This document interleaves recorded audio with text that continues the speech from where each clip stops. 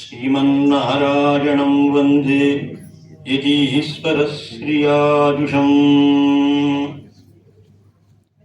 మౌద్గల్యవంశసంజాతం రాఘవార్యపదశ్రితం వేదాంతోభయతత్త్వజ్ఞం శ్రీనివాసమహం భజే.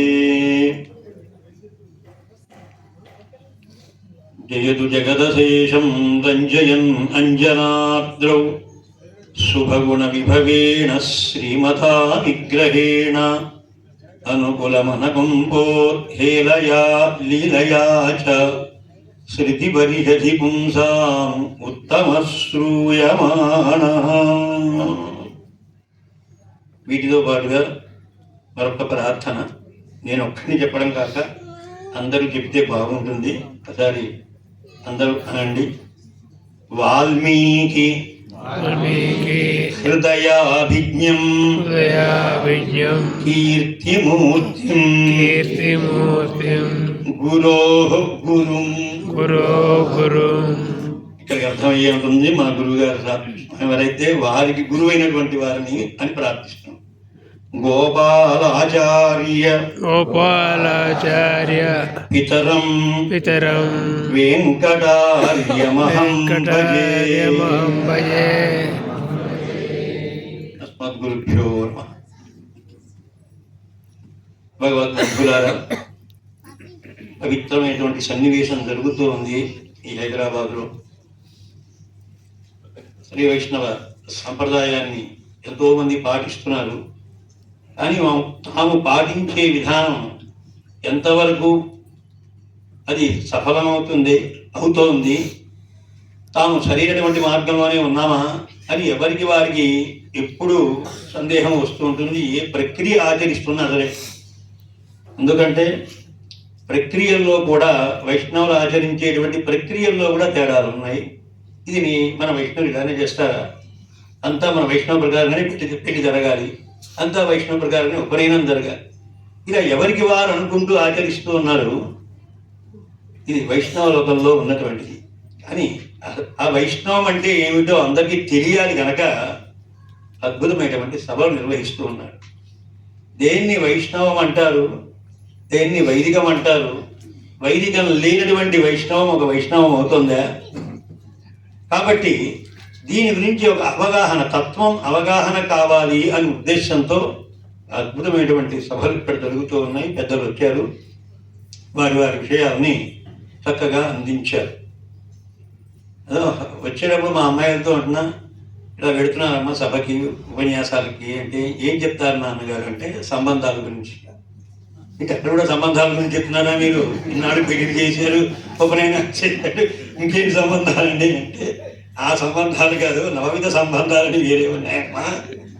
ఈ సంబంధాలు తెలుసుకొని ఈ సంబంధాన్ని కొంచెం సేపు గుణానుభవం చేసుకోవడం కోసం పెడుతున్నాను. కానీ అక్కడ నాకంటే తక్కువ ఉన్నటువంటి వారు ఎవ్వరూ లేరు. మత్త ప్రవర్కస్థిత్ నాస్తి సుగ్రీవ సన్నిధం అని అన్నట్లుగా అందరూ మహాత్ములైనటువంటి మహానుభావులు ఉదయం దాకా వారికి చెప్పారు. ఏదో కాసేపు గుణానుభవం సాగుతుంది కదా చక్కగా అని ధైర్యం చేసి వెళ్ళడము. దానిలో భగవత్ సంబంధం అనేటువంటిది లేకపోతే జీవితంలో ఎంతో కోల్పోతాం.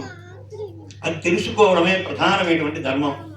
అది తెలుసుకున్నాక మనం ఏ క్రియాకలాపం సాగించినా సరే భగవతో బలేన భగవతో బీజేన భగవతః కర్మణః భగవతః కర్మ కరిష్యేన అదంతా అది భగవంతుడే తన కోసం తానే జరిపించుకున్నట్టుగా అయిపోతుంది. కనుక మొట్టమొదట మనం తెలుసుకోవాల్సింది ఏమిటంటే మన మార్గం ఏమిటి, మనం ఏ మార్గంలో ఉన్నాం, మన మార్గానికి అసలైనటువంటి ఫలదాయకుడైనటువంటి వాడు ఎవడు అని చూసినట్లయితే దీని గురించి మన పెద్దలు పిల్లలోకాచార్య స్వామి అనేటువంటి మహానుభావులు ముడుంబై అనే నగరంలో ఉండేవారు. ఆయన 18 ముఖ్యమైనటువంటి వాటికి రహస్యార్థంలోనే అంటారు. రహస్యము అంటే ఏదో తరగతిని వేసేసి చెప్పేది అర్థం కాదు. జ్ఞానం ఉన్నటువంటి వారు, ఆశ ఉన్నటువంటి వారు, ప్రత్యేకించి దీని ఎందుకు అభిమానము కలిగినటువంటి వారికి ఇది చెప్పేటువంటి విధానం రహస్యం. మిగతా వారికి అవసరం లేదు. ఇది ఎవరికైతే పూర్తి విశ్వాసం ఉన్నదో, ఎవరికైతే పూర్తి అయినటువంటి అనుభవం ఉంటుందో దీని మీద, అలాంటి వారు ఇంకొంచెం ముందుకు వెళ్ళాలి అంటే సేవించుకోవలసినటువంటి గ్రంథములు ఈ రహస్య గ్రంథం. కాకపోతే వీటిని ఎవరికి వారు చదువుకోవడానికి అవకాశం ఉండదు. ఖచ్చితంగా పెద్దలైనటువంటి వారి సన్నిధిలో వారు చెప్పేటువంటి పద్ధతిలో నేర్చుకుంటేనే అసలైనటువంటి తత్వం అందుతుంది తప్ప దేని దాన్ని చదువుకుంటూ వెళ్ళిపోతే అంతా ఒకే రకంగా ఉన్నట్టుందండి, అన్ని గ్రంథాలు ఒకే రకంగా ఉన్నట్టున్నాయి అని అనిపించేస్తుంది. అలాంటి భ్రమ లేకుండా ఉత్తమమైనటువంటి ఆచార్యుని ఆశ్రయిస్తే వారి గురించి చెబుతారు. దానిలో ముఖ్యంగా మనకి నవవిధ సంబంధాల గురించి శ్రీమాన్ పిల్లలోకాచార్యుల వారు ఈ ఊళ్ళో ఎన్నో రకాలైనటువంటి సంబంధాలు మనందరికీ ఉంటాయి. వాడితో నీకేంటంటే సంబంధం అంటే కర్మదాల వాడి దగ్గర డబ్బు తీసుకున్నారండి, అది వాడికి రాదు. ఇక వాడి వీడి ఇంటి చుట్టూ తిరుగుతూ ఉంటాడు, ఏదో అది ఒక ప్రారంభమే. అట్లాగా కొన్ని అమ్మాయిని ఇచ్చాం, అక్కడ ఒక సంబంధం మాకు అని తిట్టుకునేవాళ్ళు ఉంటారు, మెచ్చుకునేవాళ్ళు కూడా ఉంటారు. ప్రతి ఒక్కరికి ఏదైనా ఇక్కడికి మనం ఇక్కడ వచ్చామంటే ఈ మధురానగర్లో ఇక్కడికి ఏం సంబంధంతో వచ్చాం మనం? ఆచార్య సంబంధం, మనందరిది వైష్ణవం అనేటువంటి ఒక సంబంధం మన మనసులో ఏర్పడి ఇక్కడికి రావాలి అని అవే తీసుకొచ్చింది మనం స్వప్రయత్నం కంటే కూడా. కాబట్టి ఎవరైనా ఇంటికి వెళుతున్నామన్నా ఏదైనా చేస్తున్నామన్నా ఏదో ఒక రకమైన సంబంధం అక్కడ ఉన్నట్టయితే ప్రీతి ఎక్కువ ఉంటుంది. లోపల వాడు మనకు గౌరవిస్తాడు. ఇంటికి వెళ్ళినప్పుడు ఎవరో వచ్చారండి మీకోసం అని అన్నప్పుడు, ఇగో మీ చుట్టాలు ఎవరో వచ్చారు దగ్గర వాళ్ళట అని భర్త భార్యతో కనుక చెప్పితే ఆ ఇంటికి వెళ్ళిన వాడు పంట పండినట్టే. ఎందుకని భర్త తరపున పెడితే అంతగా ఉండదు. ఆ భర్తే నీ తరపున ఎవరో వచ్చాడంటే చక్కగా వచ్చి అయ్యో మీరా రండి రండి అని చెప్పి లోపల తీసుకుపోయి కూర్చోబెట్టి ముందుగా టీ ఇచ్చి ఆ తర్వాత 2-3 రోజులు ఉండకూడదు, అప్పుడే వెళ్ళిపోతారా? ఏ కారణం? సంబంధం. సరే భర్త సంబంధం మరికొంత తక్కువైనా సరే లోపలికి రాణిస్తారు కదా. ఇది సామాన్య సంబంధంతో మనం గౌరవాలు పొందుతున్నాం. దుర్మార్గుడితో కనుక మనం సహవాసం కనుక చేసినట్లయితే అప్పుడు మనకి ఉంటుంది ఆ సంబంధం యొక్క ప్రభావం. ఆ విషయాన్ని సంబంధాలు చాలా జాగ్రత్తగా, ఇవన్నీ సరైనటువంటివి కాదు. నిజమైన సంబంధం ఏముందంటే ఆ జగన్నాథుడైనటువంటి శ్రీమన్నారాయణతో సంబంధం మీకు ఉందా? అయితే మీరు మావారు. ఆయనతో సంబంధం లేదా? మీరు ఎంత గొప్పవారైనా సరే ఇతరావసదేషు మాస్తము అభిమే జన్మ చతుర్ముఖాత్తమ, అసలు మాకు ఆ జన్మే అక్కర్లేదు. ఎంత గొప్పదైనా సరే భగవత్ సంబంధము లేనటువంటి వారి యొక్క పొత్తు మేము ఆశ్రయించడం లేదు. దాన్ని విషయాన్ని చెప్పడం కోసం ఒకటి కాకపోతే ఒకటి ఛాన్స్ మనకి 9 సంబంధాలు చెప్తున్నారు. దీనిలో ఏదైనా సంబంధం పెట్టుకోండి పరమాత్మని, మీరు రక్షించబడతారు. 9 మార్కులు వస్తాయా అంటే చెప్పలేం రాం మనకి. కానీ దానిలో ఏదైనా ఒకటైనా సరే జాగ్రత్తగా కనుక మనం సంబంధం సంపాదించుకుంటే ధన్యులం అని చెప్పి 9 రకాలంటే సామాన్యమా? పితాచ రక్షక శేషి భర్త జ్ఞేయో రమాపతి స్వామి ఆధార మమాత్మా చ భోక్తా చాద్యమనూదిత అని అంటూ ఆచార్య వారు మనకి ఈ 8 సంబంధాలని వివరించారు. ఒక్కటి చాలా విశిష్టమైనటువంటి 8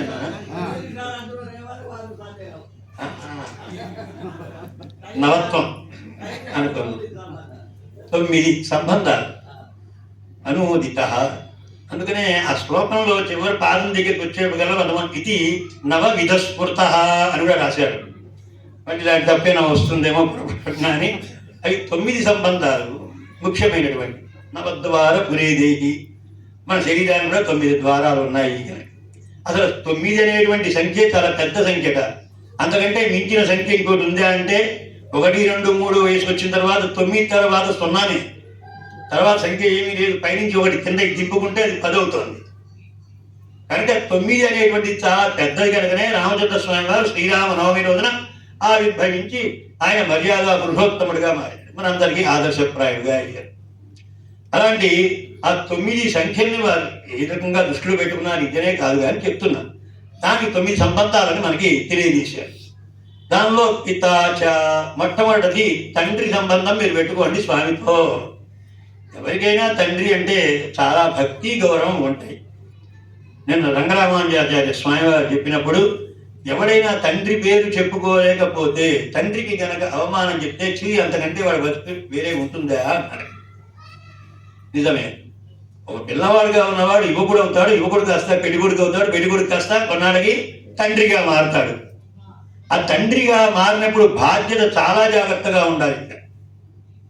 పిల్లలకి ఎంత ఆదర్శంగా ఉండాలో చెప్పాలి. వాళ్ళు మనని అనుకరిస్తారు. ఆత్మావైపుత నామాసి అన్నట్టుగా మనం ఎలా మంచి మార్గంలో ఉంటే వాళ్ళు అలా మంచి మార్గంలో ఉంటారు. కనుక తండ్రి అయినటువంటి వాడు ప్రధానమైనటువంటి వాడై, రక్షకుడై, శిక్షకుడై, ఆ ఇంటికి అంతటికీ ఒక యజమానై, ఆ పిల్లవాడు అడిగినా అడగకపోయినా సకలము చేకూర్చి వాడిని విద్యావంతులుగా చేసి లోకమంతా మెచ్చుకునేటట్టుగా ఎలా తీర్చిదిద్దాలా అని ఆలోచన. 125 సంవత్సరాలు గడిచిపోయినా పుత్రోత్సాహం నాడు పొందుర సుమతి అని అన్నట్లుగా ఆ స్వామివారి పుత్రోత్సాహం ఈవేళ పొందుతుండాలి. వెంకటాచార్య స్వామివారి పుత్రుడు జన్మించినప్పుడు కాదు, జనుల పుత్రుని కనుగొని పొగడగా నాడు పుత్రోత్సాహం పొందుర సుమతి అని ఇందాక వారు చెప్పారు ఉపన్యాసంలో. అట్లాగా మహానుభావులైనటువంటి వారు ఆ వంశంలో కనుక పుడితే పైవారిని ప్రదీప చెయ్యాలి. అందుకని దాన్ని ఆస్ఫోట ఎందుకు పొద్దున ఒక శ్లోకం చెప్పుకొచ్చారు. అట్లా తండ్రి స్థానం ఆచార్య స్థానంగా ఉండి, అలాగనే రక్షక శిక్షక అనేటువంటివి ఈ రెండూ కలిగినటువంటి స్థానం. అలాంటి తండ్రి మనకి అసలైనటువంటి వాడు ఉన్నాడు. నిజానికి మనందరం చెప్పుకోవడానికి తండ్రి అని అంటే మనం పేరు చెప్పేసుకుంటాం వెంటనే. మనమే కాదు, ఆ తండ్రిని గురించి పోలీసు వాళ్ళైనా సరే మొట్టమొదటి ఆయన మనం తప్పు చేస్తే పోలీస్ స్టేషన్ బయటికి వెళ్ళి ఎవరు అనుకోనడు, మీ నాన్న పేరు ఏంటిరా అంటాడు. అంటే ఏమిటి, నాన్న పేరు ఏంటిరా అన్నలో ఆ తండ్రి యొక్క ప్రభావం. అప్లికేషన్ ఏదైనా మనం నింపాలంటే సన్నాఫ్ ఉంటుంది కానీ మదరాఫ్ ఉండదు దానిలో. కాబట్టి ఈ ఈ పితా సంబంధం, పితా పుత్ర సంబంధం అంటారు దాన్ని. ఆ పితాపుత్ర సంబంధంలో అంత దృఢమైనటువంటి ఒక బంధం ఉంది. కానీ ఇక్కడ ఒక మహానుభావులు చెప్తూ ఉంటారు, ఏమన్నారంటే వీళ్ళందరూ ఆభాస బంధువులండి. ఈ సమయంలో మనకి ఈ జన్మలో ఒక తండ్రి, ఇంతేనా మనకి జన్మ అంటే? మన సిద్ధాంతం, ధర్మ సిద్ధాంతం ప్రకారం అనేక జన్మలు ఉన్నాయి అని కదా. బహూనాం జన్మనామంతే జ్ఞానవాన్ మాం ప్రపద్యతే అని అన్నప్పుడు అనేక జన్మలు గడిస్తేనే కదా బహూనాం జన్మనామంతే అని అనవలసి వస్తుంది. దీనిలోకి పోవడం సర్వసహజమైనటువంటిదే శరీరాల్లోకి. జాతస్య హి ధ్రువం జన్మ మృతస్య తస్మాత్ అపరిహార్యస్తే నత్తం శోచితమర్హతి అని అంటారు. కనుక ఈ వచ్చేటువంటి ఈ జన్మలకు ఒక తండ్రి ఉంటూ ఉంటారు, మనకి తెలియదు. అదొక అదృష్టం మనకి ఈ జన్మ వరకే మనం చూడగలుగుతున్నాం. ఆ ఒక్క జన్మలోనే యోగ్యులైన వారు వచ్చారు, మన అదృష్టమే అనుకోండి. ఇలా చూసుకుంటే గత జన్మలు, రాబోయే జన్మలకి అన్నిటికీ కూడా తండ్రులు ఉంటారు. కనుక దీనికి సంఖ్య లేదు, దీని మీద ప్రీతి కాదు. ఇది కాదు నిజమైనటువంటి తండ్రి అనేటువంటి జ్ఞానం. ఏమిటి అసలైనటువంటి తండ్రి అంటే జగన్నాథుడైనటువంటి ఆ శ్రీమన్నారాయణుడే పిత అని గుర్తుపెట్టుకోవాలి. మొట్టమొదటి ఏ కోవెలకు వెళ్ళాం, ఏ బ్రహ్మాండం చూస్తే అక్కడ ఏం కనపడాలి మనకి? మూల పురుషుడైనటువంటి వాడు మన తండ్రే కాదు, తరతరాలైనటువంటి వారందరికీ కనపడాలి. మూల పురుషుడైనటువంటి ఆ స్వామి కనపడాలి. ఎందుకని అనంటే అసలు నేను తండ్రిని అని ధైర్యంగా చెప్పినటువంటి ఆయన పితామహస్య జగతః, ఈ లోకానికి అందరికీ తండ్రిని నేను. ఇదం శరీరం కౌంతేయ క్షేత్రమిత్య విధీయతే. ఈ శరీరాలన్నింటినీ క్షేత్రం అంటారు. అహం బీజ బలప్రద, బీజం వేసినటువంటి వాడిని నేను. మిమ్మల్ని పెంచేది ఎవరు? నేను. మీ నాన్న పెంచుతున్నాను అనుకుంటున్నావా? మీ నాన్నగారికి ఆయుష్ ఇచ్చింది ఎవరు? మీ నాన్నగారికి సంతానం ఇచ్చింది ఎవరు? కనుక కొంచెం ముందుకు వెళ్ళి జ్ఞానాన్ని కనుక విభజించి చూసినట్లయితే అసలైనటువంటి వాడు, రక్షకుడైనటువంటి వాడు, సర్వభూతములకు అధిపతి అయినటువంటి వాడు, ఆ అనే అక్షరానికి మూలమైనటువంటి మహానుభావుడు శ్రీమన్నారాయణుడు. ఆయనే ఎందుకు చెప్పాలి శ్రీమన్నారాయణుడే అని ప్రశ్న వేసుకొని మళ్ళీ ఆ అనేటువంటి అక్షరం శ్రీ విష్ణువాచకమైనటువంటిదే. అక్షరాణం అకారోస్మి ద్వంద్వ సమాస అనంటూ భగవద్గీతలో అకారం అంటే ఏమిటి అని అంటే విష్ణువాచకం. తెలుగు డిక్షనరీలో వాటిలో చూస్తే మొట్టమొదట అకారాది బట్టిగా ఉంటుంది కదా. ఆ అనే అక్షరానికి చూడండి అర్థం ఏముంటుందో, విష్ణువు అని. అదే కాకుండా సరే మనకి పెద్దలైనటువంటి వాళ్ళందరూ కూడా అకారార్థో విష్ణు జగదయక్ష ప్రళయకృతు అని అంటూ అకారము అంటే విష్ణు స్వరూపము మనందరికీ ప్రధానమైంది. మనందరికీ అంటే శ్రీ విష్ణువే పరతత్వము అని నమ్మి శ్రీ విష్ణువే ఈ జగత్తంతా వ్యాపించి ఉన్నాడు అనే ఒక సిద్ధాంతాన్ని అనుసరించేటువంటి వారందరికీ కూడా ప్రధానమైంది అష్టాక్షరి మంత్రం. ఆ అష్టాక్షరి మంత్రంలో ఉన్నది ఏమిటి అని అంటే ఈ నవవిధ సంబంధమైనటువంటి బంధమే దానిలో కనిపిస్తుంది. అష్టాక్షరి మంత్రం అంతా చెప్పి ఇది ఏ దేవుడిది అంటే ఆ అనే అక్షరం అని చెప్పాలి. ఆ అనేటువంటి అక్షరమే పిత. పితాపుత్ర సంబంధం. మనం పుత్రులమవుదాం, ఆయన పిత. మనం ఆయన చేయబట్టుకుంటే చాలు, నడిపించవలసే బాధ్యత ఏమిటి ఆయన. మనం ఎప్పుడూ చిన్నవాళ్ళుగా ఇందాక చెప్పారు అకించనత్వం అనన్యగతిత్వం అనే భావంతోనే మనం ఉంటాం ఎప్పుడు కూడా. ఎంత నేర్చుకున్నా, ఎంత అనుష్ఠానాలు చేసినా, ఏవైనా సరే అయ్యా దాసుడికి ఏమీ తెలియదు, దాసాను దాసుడను అని బాగా నలిగిపోయింది నాలికి. కనుక ఈ భావంతో మనం ఏం చేస్తాం, పెద్దలు ఎలాగైతే అనుసరించి పెడుతూ ఉంటామో వారు మనం తీసి పెడుతూ ఉంటారు. అలాగ తండ్రి అనేటువంటి వాడు చిటికిని వేసి పట్టుకుంటే చిన్నపిల్లవాడు ఆ ఎదురుగుండా ఏమొస్తుంది, వెనక ఏమొస్తుంది, ఇటేమొస్తుంది, అటే ఆ తండ్రి బాధ్యత. అప్పుడు విమానం ఎక్కింది, విమానంలో అనౌన్స్మెంట్ వచ్చేసింది, కొద్దిసేపట్లో విమానం కింద పడేట్టుగా ఊగుతోంది, పరిస్థితులు అల్లకల్లోలంగా ఉన్నాయి అని అనౌన్స్మెంట్ వస్తుంటే అందరూ భయపడ్డారు. ఒక బాబు భయపడ్డాడు. ఏంటమ్మా నువ్వు అలా భయపడకుండా ఉన్నావు, అందరూ గడబడిపోతున్నారు అంటే ఆ డ్రైవర్ మా నాన్నేగా. కాబట్టి అతను ఎంత జాగ్రత్తగా ఉంటాడు, కింద పడేస్తాడు విమానాన్ని పైనుంచి. సర్వశక్తుల తాను బతికున్నంత వరకు తన కుమార్తెలో తీసుకో. అట్లాగా పరమాత్మ అనేటువంటి వాడు మనకు పిత కనుక మనం పుత్రం, మనకేం పర్వాలేదు. జరిగేవి వచ్చేవి పోయేవి ఇవన్నీ కూడా కేవలము భ్రమ అని ఒక సిద్ధాంతం చెప్పినా సరే దానికి తగులుకోకుండా మనం సర్వవిధముల అధిపతి అయినటువంటి అకారవాచ్యుడైనటువంటి శ్రీమన్నారాయణ్ణి తెలుసుకునేంత వరకు మన జ్ఞానం పంపించాలి. ఏమి చదివినా దేంతో ముగియాలది అష్టాక్షరీ మంత్రంలో ఉన్నటువంటి విశేషం, దైవమంత్రంలో చెప్పినటువంటి వైభవం, సర్వధర్మాన్ అనేటువంటి చర్మశ్లోకంలో చెప్పినటువంటి సంపూర్ణ విశ్వాసం, ఇది మనకు కలిగితేనే అది స్తోత్రం అవుతుంది. అలా అంతవరకు మన జ్ఞానాన్ని తీసుకెళ్ళాలి.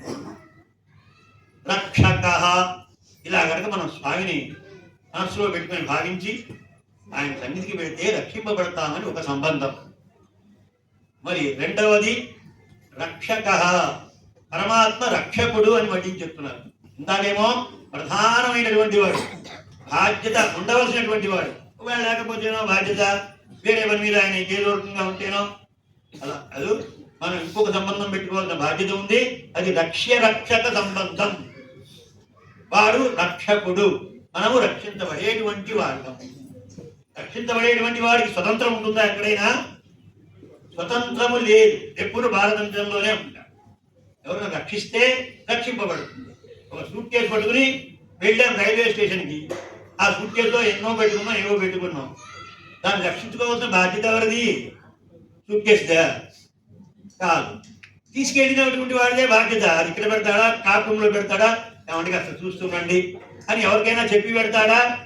అది ఆ రక్షకుడి బాధ్యతే. కానీ పాపం రక్షించబడేటువంటి ఆ సూట్ కేసుకి ఏమీ తెలియదు.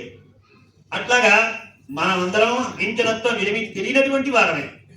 మనందరినీ రక్షించేటువంటి వాడు ఎవడు అని తెలుసుకోవాల్సింది అవరక్షణే అనేటువంటి ధాతువు ద్వారా మనకి చెప్పేటువంటిది. భగవంతుడికి ఆ సత్తా ఉన్నది. భగవంతుడు అంటే రక్షించేటువంటి వాడే. ఆ రక్షణ స్వభావం కనుక భగవంతుడు కనుక లేకపోతే కొయ్య బొమ్మను తెచ్చి కొట్టినా పలుకునా విశ్వదాభిరామ. కనుక మన కొయ్య బొమ్మలు కాదు మనవి. పరమాత్మ పరమ వాత్సల్య గుణాన్ని చేయటువంటి వాడు ఆయన. కనుక రక్షక సంబంధంలో మన అందరం కూడా రక్షించడానికి సర్వకాల సర్వావస్థలందు ఆరాధన చేస్తూనే ఉంటాం. రక్షింపబడేటువంటి వస్తువు స్వామికి స్వతంత్రమే లేదు, దాని ఇష్టం. యద్భవ్యం భగవన్ పూర్వకర్మానురూపం అని అంటూ ప్రార్థించేటువంటి వాళ్ళని. తర్వాత అది శేషి సంబంధం మూడవది. అలా అన్నారా సంతోషమే. అది కష్టము, అదంతా ఎంత కాదనుకున్నా ఎలాగంటే కొన్ని అని మరొక అవకాశం ఏమైనా ఉన్నదా అంటే శేషశేషి సంబంధం పెట్టుకోండి, పోతే పరమాత్మతో ధన్యులైపోతారు. ఇదేమిటి శేషశేషి సంబంధం అంటే మనందరినీ శేషులు అంటారు. ఇంతమంది శేషులు కలిగినటువంటి వాడిని శేషి అనాలి. అంటే ఇదేమిటి మరి, దీన్ని కూడా కొంచెం వివరిస్తే బాగుంటుందే అనుకుంటే, ఓ 10 అనే సంఖ్య ఉందనుకుందాం. ఆ 10ని 3తో భాగారం చేసాం, డివైడెడ్ బై చేస్తే 1 మిగులుతుంది కదా. ఆ 1ని ఏమనాలి? శేషం. మన తెలుగు మీడియం అది మైండర్ అనుకుంటారు. ఆ శేషం దేనికి శేషం? ఈ 1. ఆ 10 3 3 9 అయిపోయింది, 1 మిగిలింది కదా. ఈ 1 దేనికి సంబంధించింది? ఆ 10కి సంబంధించినటువంటిది. అలాగ భగవత్ సృష్టి అయినటువంటిది అంతా దేనికి సంబంధించింది అంటే ఆ శేషుడికి సంబంధించినటువంటిది, శేషికి సంబంధించినటువంటిదే ఈ వృత్తం మొత్తం. అందుకనే శేషాద్రిశేఖర విభూతమ నాని శేషాద్రి మీద ఎందుకు చేరాడు? నేను శేషిని అని చెప్పడం కోసం. ఇవన్నీ కూడా నీవు కనిపించేటువంటి మనందరం కూడా సర్వకాల సర్వావస్థల యందు స్వామికి శేషత్వం. అందుకనే సూత్రంలో చెప్తూ కూడా ఏమంటారు? శేషత్వమే ఆత్మావృత్తి స్వరూపం. ఇవన్నీ నేర్చుకున్నా ఏం చేసినా సరే నీలో శేషత్వమే గుణము కనుక లేకపోతే, ఎందుకండి గ్రంథాలన్నీ బోర్డు చదివి పెట్టినా ప్రేరణి కనుక శేషత్వము అని అంటే పరమాత్మ కంటే నేను ఎన్నున్నాయి, పరమాత్మ అంతటి వాడిని ఎప్పుడూ కాను, ఆయనకి నేను కైంకర్యం చేసుకోవడమే, స్తుతించడమో నమస్కారం చేసుకోవడమో అర్చన చేసుకోవడమో వారి పాదదాసులతో సహవాసం పెట్టుకోవడమో ఇదే నాకు ముఖ్యం తప్ప వేరేది కాదు అనేది నిజమైన జ్ఞానం. ఇది శేషి సంబంధం ఎప్పుడు కూడా మర్చిపోకుండా ఉండాలి. ఆ తర్వాతది భార్యాభర్తృ సంబంధం. భర్త భార్య అంటే భరించబడినది, భరించున్నది. భర్త భార్యను భరించువాడు. ఎవరిని భరించాలి అని అంటే పెళ్లి చేసుకున్నాడు, పెళ్లి చేసినప్పుడు ఏం చూస్తారు అందరూ? రేపు పొద్దున ఈవిడ పెడితే ఈవిని భరిస్తాడా అని. భరించడం అంటే ఏదో కోపాలతో తాపాలతో కాదు, కానీ అన్నపానాలు ఇచ్చి ఏదైనా భరించగలుగుతాడా లేదా, యోగ్యత ఉందా లేదా, ఏం ఉద్యోగం చేస్తున్నాడు, ఏం సంపాదించాడు, ఏం మాట మాట్లాడతాడు, ఏంటి వ్యవహారం అని చూస్తాం. వాడు పోషించేవాడా కాదా అనేది కదా ముఖ్యం. మరి ఇంతమందిని పోషించేటువంటి వాడు ఎవడు లోకంలో? ఇన్ని అపార్ట్మెంట్లు, ఎంతమందికి ఆవాలు జీలకర్ర పప్పులు ఉప్పులు కావాలండి, ఇంతమందికి ఇన్ని రకాలుగా రుచులు అందిస్తూ లోకాన్నంతటినీ పోషించేటువంటి వాడు ఆయన కదా నిజమైనటువంటి వాడు పోషకుడు అంటే ఆయన భర్త. మనందరము భార్యాస్వరూపమై ఒక భార్య భర్త యొక్క క్షేమాన్ని కోరుకుంటూ తన ప్రాణాలున్నంత వరకు భర్తలో రూపురేఖలు మారిపోయినా, దారిద్ర్యం ఏర్పడినా సరే ఆయన నా భర్త అని ఎన్ని సేవలు చేస్తారో చెప్పండి. ఆసుపత్రిలో నిరాశ్రయమైపోయినటువంటి మనమే అసహించుకుంటాం మన రూపాన్ని. అలాంటి సమయంలో దగ్గరకు చేసేటువంటి సేవ ఒక భార్య మాత్రం. అట్లాగనే భర్త అనేటువంటి వాడు ఉండాలి, భార్య యొక్క క్షేమం కోరుకోవాలి తప్ప ఇంకొక క్షేమాన్ని కానీ ఇంకోటి దాన్ని కోరుకుంటే అంతకంటే ద్రోహి ఒకటి ఉండడు. కనుక ఎవరైనా ఇంటికి దొంగొచ్చి కట్టు చూపించి పంపిస్తావా, మిగతా అంతా మీ ఆవిడ ఇస్తావా పట్టుకుపోతానంటే భర్తనే వాడు ఏం చేయాలి? ధనాదపి, ధనం కంటే కూడా అయినా మా ఆవిడ పట్టుకోని ఎవడైనా అంటాడా? అన్నాడు. ఆయన అంతా దొరికిపోక మా ఆవిడ వదిలిపెట్టినాయి. అది ప్రధానమైనటువంటి సంబంధం. అట్లాగా మన ఇంట్లో అన్ని దోచుకుపోయినా దొంగ అయినా పెరుమాణప్పుడు వదిలిపెట్టు, ఆ సాలగ్రామాలు అప్పుడు వదిలిపెట్టు అంటే శ్రీసంలో రే పట్టుకోవాలి ఆవిడ అని కూడా కట్టేసి పట్టుకుంటాడు. వాడు చెప్పకపోతే రాదని పక్కన పడేసిపోతాడు. అవి మాత్రం మొదలు, అవి మాత్రమే మొదలొద్దు అంటే అవి దానిలో ఏదో విశేషం ఉంది కాబట్టి వాడి పట్టుకుపోతాడు.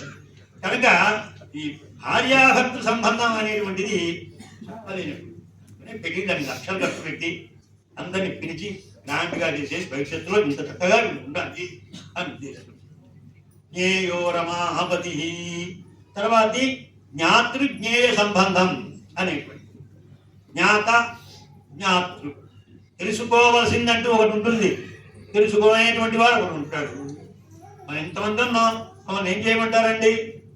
పోయినా తీశారా, విశ్రాంతి తీసుకున్నారా? అయిపోయింది, రోజు అయిపోయింది, ఇంతకంటే ఇంకేం కావాలి మనకి అంటే అంతకంటే ఇంకేం లేదంటారా? కష్టపడ్డావా, డబ్బులు సంపాదించుకున్నావు, గోల్డ్ ఇంట్లో మూలుగుతున్నాయి, ఇంతకంటే ఇంకేం చేస్తాం అంటే తప్పు. మనది అలాంటి కాదు. ప్రాణినాం బుద్ధిజీవిన, మనం బుద్ధిని కలిగినటువంటి వారం. మనం జ్ఞానాన్ని పెంచుకోవడం. జ్ఞానేన హీన పశుభిస్తమాన అయిపోతాం. కనుక తెలుసుకోవాల్సింది ఇంకా ఎప్పుడు ఉంది ఆయన. అది తెలుసుకోవలసినటువంటి తెలుసుకోవడం అంటే మనకి పూర్వాచార్య సురక్షితాం బహుమతి త్యాగాలు దూరస్థితాం అయినటువంటి గ్రంథాలు ఉన్నాయి. ఆ గ్రంథాల్లో ఉన్న విషయాలు, పెద్దల యొక్క సూక్తులు తెలుసుకున్నావా నువ్వు? అయితే నువ్వు పశుప్రాయమైన జీవితంతో మరణిస్తున్నావు. కనుక నిజంగా తెలియబడేటువంటి వాడెవడు అంటే ఏకో విష్ణు మహద్భూతం పృథగ్భూతాన్యనేక త్రీన్లోకాన్ వ్యాప్య భూతాత్మ భుంక్తే విష్ణుభూతేయ. ఇంతటా వ్యాపించి అన్నిటినీ కూడా అనుభవింపజేస్తున్నటువంటి వాడెవడో వాడు అనే జ్ఞానం నీకు వచ్చేంత వరకు నువ్వు పూర్తి చేయాలి. 40 సార్లు 40 రోజులు ప్రదక్షిణాలు చేశానని సరిపోతుందా? జ్ఞానం ఏమొచ్చింది నీకు? రాలేదు. కర్మ చేసావు. కర్మ ఎక్కడైనా మోక్షం ఇస్తుందా? కర్మకి ఎక్కడ శక్తి ఉంటుందా? ఇవన్నీ పెద్ద చర్చలు అనమాట. కాబట్టి మనకి జ్ఞానం అనేటువంటిది ప్రధానం కనుక ఆ జ్ఞానం అనేటువంటిది పరమాత్మతో ఈ ఆత్మకు ఉన్నటువంటి సంబంధమే తెలుసుకుంటే ధన్యులమవుతాం. ఎప్పుడైతే పరమాత్మ యొక్క జ్ఞానం మనకి కలిగిందో వెంటనే మన నోట్లోంచి ఏమొస్తుంది? అడియేన్ దాస. ఈ పదములు కనుక రాలేదు అని అంటే జ్ఞానం ఇంకా పరిపక్వతగా పండలేదు అని అర్థం. జ్ఞాతాజ్ఞేయో రమాపతి అంతలు కాకుండా తర్వాత ఇంకొంచెం ముందుకెళ్తే స్వామి అనేది మరొక సంబంధం. పరమాత్మను చూచాం. ఆయన ఎవరండి? ఆయనతో ఏం సంబంధం అని అంటే స్వామి అండి, సీతారామచంద్ర స్వామి, కృష్ణ పరబ్రహ్మడు కృష్ణస్వామి, వెంకటేశ్వర స్వామి. స్వామి అనే పదం ఎవరికి చెందుతుంది? ఆయనకే చెందుతుంది. అది ఒకసారి మా ఇంటికి కారంచేటి శేఖరాచార్యులని మా దగ్గరలోనే ఉండేవాడు. ఆయన పొద్దున్నే వచ్చాడు, తలుపుకుంటాడు. ఆయన కొట్టి స్వామి స్వామి అని పిలిచాడు. మనం వైష్ణవ స్వాములని పిలుస్తాం కదా, తలుపు తెచ్చా. ఇస్తే స్వామి స్వామి రాత్రి మా ఇంట్లో స్వాములు వచ్చేసారండి, అందరు దొంగ స్వాములు, ఇంత ఎక్కిపోయారండి. స్వాములు ఎప్పుడు దొంగ స్వాములు అంటావా అని అంటే అది కాదు స్వామి, ఒక్క వేసుకోండి ముందుగా. ఏమైందంటే మనం పోలీస్ స్టేషన్కి వెళ్ళి పోలీసు స్వామితో మన ఇంట్లో దొంగ స్వామి చెప్తాం కదండి. ఉన్నవాళ్ళు ఒకళ్ళు ఎవరుకోవాలి? స్వామి అనే అన్నది ఇక్కడ అన్నట్టు జిల్లేదు కనుక వాళ్ళ ఇంట్లో పడ్డవాళ్ళు ఎవరు? ఇప్పుడు మామూలే పడ్డారు. చెప్తున్నాడు, నాతో చెప్తున్నాడు. నేను అప్పుడే కొత్తగా విన్నా ఆ స్వాములు ఏమిటంటే ఈ స్వాములు అలా చేస్తారా ఇదే సామాన్యంగా అని నా భావన ఎంతకీ కూడా కులశేఖరరావు గారు చెప్తారే స్వామికి అందిస్తామన్నట్టు. అట్లాగా ఈ స్వాములు అన్నాదారు చేయవ అట్లా చేయరండి ఇప్పుడు అనుకునేవాళ్ళం మనం. కానీ ఆయన చివరికంతా ఆయన ఆవేదన అది చూసిన తర్వాత ఓహో ఇది స్వామి భాష కదా అనుకుని ఆయనతో వారు వెళ్ళాం. ఎంతకీ ఆ స్వామి పదం ఆయన ఒక్కరు. మొత్తానికి స్వామి అంటే ఇవన్నీ కాదు. ఆయన సత్వం ఆత్మ సంజాతం స్వామిత్వం బ్రహ్మణ స్థితం అని అన్నట్లుగా మనంతం సత్తు సత్తు స్వామికి సంబంధించినటువంటి సొత్తులం. ఈ సొత్తుకి అధిపతి అయినటువంటి వాడి దాకా చెప్పినట్టుగానే ఆయన సేవకులమైనటువంటి వాళ్ళం మనం. ఏమిటి ఆనందం అంటే సేవ చేయడమే ఆనందం రావాలి. ఆ భావం రావాలి కదండి. ఆ భావం లేకుండా వాడు ఎంత పెద్ద అర్చన చేసినా ఎన్ని శతకటాభిషేకాలు చేసినా సరైనటువంటి కాదు. కనుక ఆయన ప్రభువు, ఆయనకి నాకు ఏమిటి ఆనందం? ఒక పిల్లవాడికి తల్లి సేవ చేస్తుంటే ఎంత ఆనందపడిపోతుంది. చిన్న పిల్లవాడికి వాడికి స్నానం చేయిస్తుంటే, బట్టలు వేస్తుంటే, అలంకారం చేస్తుంటే ఎంత ఆనందం పడుతుందో అలాగా తత్వం ఆత్మ సంజాతం స్వామిత్వం బ్రహ్మణిత్వం కనుక ఆయనే స్వామి, ఆయనే మమ్మల్ని రక్షించవలసిన వాడు. ఊళ్ళో వాడు ఎవడిచ్చినా సరే అది మాకు అక్కల్లా కతిపయ గ్రామే మల్పార్థం దేవాయి మృగయావహే నరమహో రాక ఇవ్వాల్సినటువంటి వాడు వాడు. ఆయన నుంచి ఏదైనా ఇస్తే అది పుచ్చుకుంటే మనకి ఆనందం తప్ప ఇతరత్రా సంపాదించింది అది ద్రవ్యము కాదు. ఆ ద్రవ్యము మన పాలిటి కర్మ సిద్ధాంతాన్ని ఇంకా పెంచేటువంటి దారిద్ర్యం అవుతుంది. కనుక స్వామి ఆధారాధే తర్వాత మరొక సంబంధాన్ని చెప్తున్నారు. 4 సంబంధాల్లో ముందుకొచ్చాం. ఆధారం ఆధేయం. ఏమిటి జగత్తంతటికి ఆధారం ఎవరు? స్వామి. మనమందరం ఆధారపడినటువంటి వాళ్ళం. ఆధేయులం. ఒక చెట్టు ఉంది, అది తీగ, తమాల చెట్టు అంటే తమలపాకు చెట్టులో మరొక తీగలు ఏవైనా సరే కూరగాయ చెట్టులో ఏదైనా కావచ్చు. అవి పైకి రావాలంటే ఏం చేయాలి? అది కింద పడిపోకుండా దాని పక్కన ఇంకొక కర్ర నాటాలి. నాటితే అది ఆధారం. మా కుటుంబానికి అంతా ఆధారం మా నాన్నగారేనండి, మా తాతగారు, మా మేనమామ అని ఎలాగైతే చెప్పుకుంటారో ఇంత పెద్ద లోకానికి ఆధారం ఎవరు?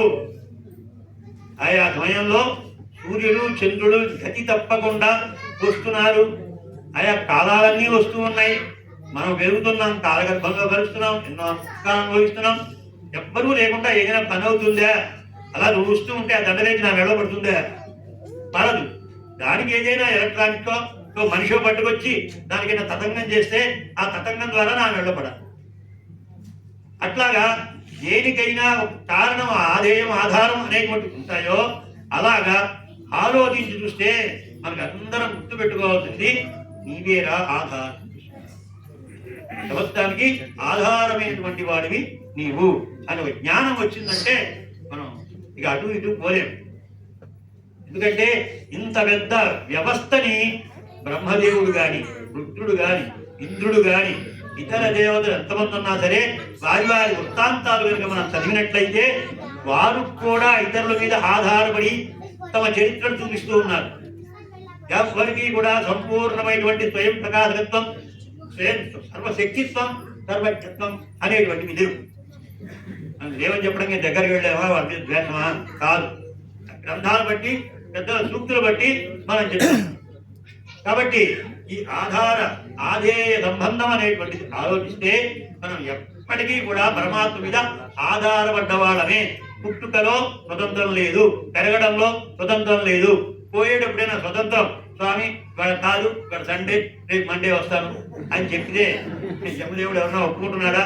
మన శరీరమే మనదే, కానీ దీని మీద మనకి ఏ మాత్రము అధికారం లేదు. అంతా ఆయన మీద ఆధారపడింది. ఆయన ఎప్పుడంటే అప్పుడు అని. స్వామి ఆధార, తర్వాత పరమాత్మాచ 8వ సంబంధం. ఈ పరమాత్మ సంబంధం ఆత్మ పరమాత్మల యొక్క సంబంధం. మనందరినీ ఆత్మలు అంటారు. స్వామిలో పరమాత్మ అనాలి. ఎవరికి చెందినటువంటి ఈ ఆత్మలు అనుకోవాలి. మనం ఇప్పుడు మనందరం మనకు స్వతంత్రం లేదని ఇప్పుడే చెప్పుకున్నాం కదా. ఇటువంటి వాటికి శాశ్వతత్వం ఉంది.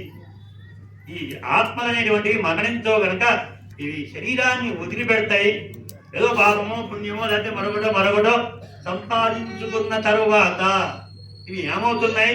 ఈ ఆత్మలన్నీ కూడా సంస్కరించబడుతూ విరజానికి దాటిపోయి పరమాత్మ సన్నిధికి వెళ్ళిపోయి దివ్యమైనటువంటి ముక్తానుభవాన్ని పొందుతున్నాయని చెప్తున్నాం కదా ఆత్మలు. కనుక ఆత్మలు అనేటువంటివి ఒకవేళ అక్కడికి వెళ్ళకపోతే మళ్ళీ పుడుతూ ఉంటాయి, మళ్ళీ శరీరాలు పుచ్చుకుంటూనే ఉంటాయి. కనుక పరమాత్మకి ఎప్పుడు కూడా దగ్గరగా ఉండి పరమాత్మతోనే ఆనందిస్తూ పరమాత్మ కైంకర్యం కేవలము ఆత్మగా అంటే సినిమాలో జ్యోతి పైకి వెళ్ళిపోయి దానిలో కలిపి అలా కూడా కాదు. పడియా ఇక్కడంది పవళవాయి కాన్పేనే అని అన్నట్టుగా అది కావాలి. అచేతనమైనటువంటి ఒక వస్తువు అయినప్పటికీ కూడా స్వామి సంబంధమైనటువంటిది అయితే స్వామి కైంకర్యాన్ని చూసి స్వామికి ఆనందం కలిగించేటట్టుగా ఉండాలి. గంట ఉంది, హారతి ఇచ్చేది ఉంది, మరొకటి ఉంది, మరొకటి ఎన్ని ఉన్నాయి. కానీ భగవత్ సంబంధమైనటువంటి కైంకర్యంలో ఉన్నప్పుడే వాటి ఎంత విలువగా ఉంటుందో అనుకుంటా. ఇటువంటి సంబంధం నాకు కృష్ణదాస్ స్వామి అది కావాలి. ఇక చివరిగా చెప్పేటప్పటికీ భోక్త భోక్తృ సంబంధం. భోక్త అంటే తినేవాడు అని. మా ఇంటికి 3 భక్తులు వచ్చారండి అంటే 3 సాపాటు చేయడానికి వచ్చారని అర్థం. భోక్తృ తినేటువంటి పదార్థం. మనందరం భోక్తృలు అనుకుందాం. మనందరం తినాలి. ఎవరు తినాలి? పరమాత్మ తినాలి. ఆయనకే కదా మరి భోక్త అవుతాడు. అంటే ఆయన నర తిండా మనిషిని తింటాడా అంటే కాదు. ఆయన అత్తి. మనం తిన్నామని అంటే నోట్లో పళ్ళల్లో ఇరుక్కుంటుందా ఏమిటో చూసుకుని జాగ్రత్తగా నమిలి మధ్యలో నీటి తాగి వీలైతే పొలంలో పెట్టి ఉంచేది ఇది మన తిండి. స్వామి తినుట అంటే కేవలము దృష్టిపాతం మాత్రమే అంటారు. సరే, పరమాత్మ యొక్క దివ్య కరుణా కటాక్షమే నైవేద్యం కదా. అలాగా ఇదంతా కూడా భోక్తాచ ప్రభురేవచ, ఆయన భోక్త, స్వామి అనుభవించేటువంటి గొప్పదనవ ఆయన ఒక్కరికే ఉంది. ఇవన్నీ కూడా ఆయన భోక్తులు. మనం అందరం కూడా భోక్తులమై ఉండి పరమాత్మకి సర్వవిధ కైంకర్యములు చేస్తే ధన్యులం అవుతాము అని అంటూ, సంబంధం కాకపోతే ఒకటి, ఇవి మాటికి మాటికి కనుక అనుకున్నట్లయితే మనం తరిస్తాము అని ఆచార్యుల వారు ఆశించి మనకి పిల్లలు ఆచార్యుల వారు ఇవి మర్చిపోకండి సంబంధాలు. ఎప్పుడైతే ఈ సంబంధాలు కనుక మీరు మనస్సులో కనుక పెట్టుకున్నారో మీలో ఉన్నటువంటి అహం అనేటువంటిది తొలగిపోతుంది, మమ అనేటువంటిది పోతుంది. ఈ అకించనత్వం అనన్యగతిత్వం అనేటువంటి ముఖ్యమైనటువంటివి ఇవి ఏర్పడతాయి. ఇది కనుక లేకపోతే బ్రహ్మాండమైన నష్టం పోతారు. నిజానికి ఎవ్వరు రక్షకుడు అనేటువంటి వాడు కాదు. పొద్దున వారు పంచాంగం స్వామి వారు ఉపన్యాసంలో చాలా వరకు ఈ విషయాలన్నింటినీ వివరించి చెప్పారు. ఎవరిని చూద్దామన్నా కూడా సపితాజ పరిత్యక్త, తండ్రి కూడా ఎవరు రక్షించలేరు. దానికి రక్షకుడైనటువంటి ఆ స్వామి ఉన్నాడు కనుక మన అదృష్టవశాత్తు అక్షావతారంగా ఆయా రూపాల్లో అన్ని చోట్ల ఏం చేసి ఉన్నారు. ప్రత్యేకించి అయితే అక్షర రూపంలో సింగరాజాల వారు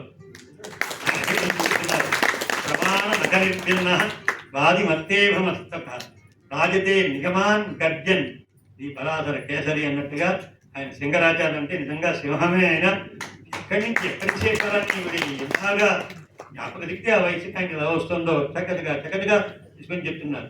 అక్షర రూపంలో వారిని దర్శిస్తే అక్షరానికి సంబంధం మళ్ళీ వాక్కు చెప్పడం అనేటువంటిలో కావాలి. అది మన గోపాలకృష్ణ ఆచార్య ఏం మధురమైనటువంటి వాక్కు, ఏమి చెప్పినా సరే కాదు అనిపించింది. సాధువులుగా చమత్కారాలు రాద్దామా అని పెన్ను పట్టుకుని ఒక పేపర్ పట్టుకొని కూర్చున్నాను. గొడవట్టి స్వామితో చెప్పాను. ఆయన గొడవట్టి అంటే నాగార్జున సాగర్లో పనిచేశారు. ఆయన చెప్తే చాలా బాగుంటుందండి రాయండి అని కూడా అన్నారు. అది ఎందుకనో చాలా దూరం అయిపోయింది.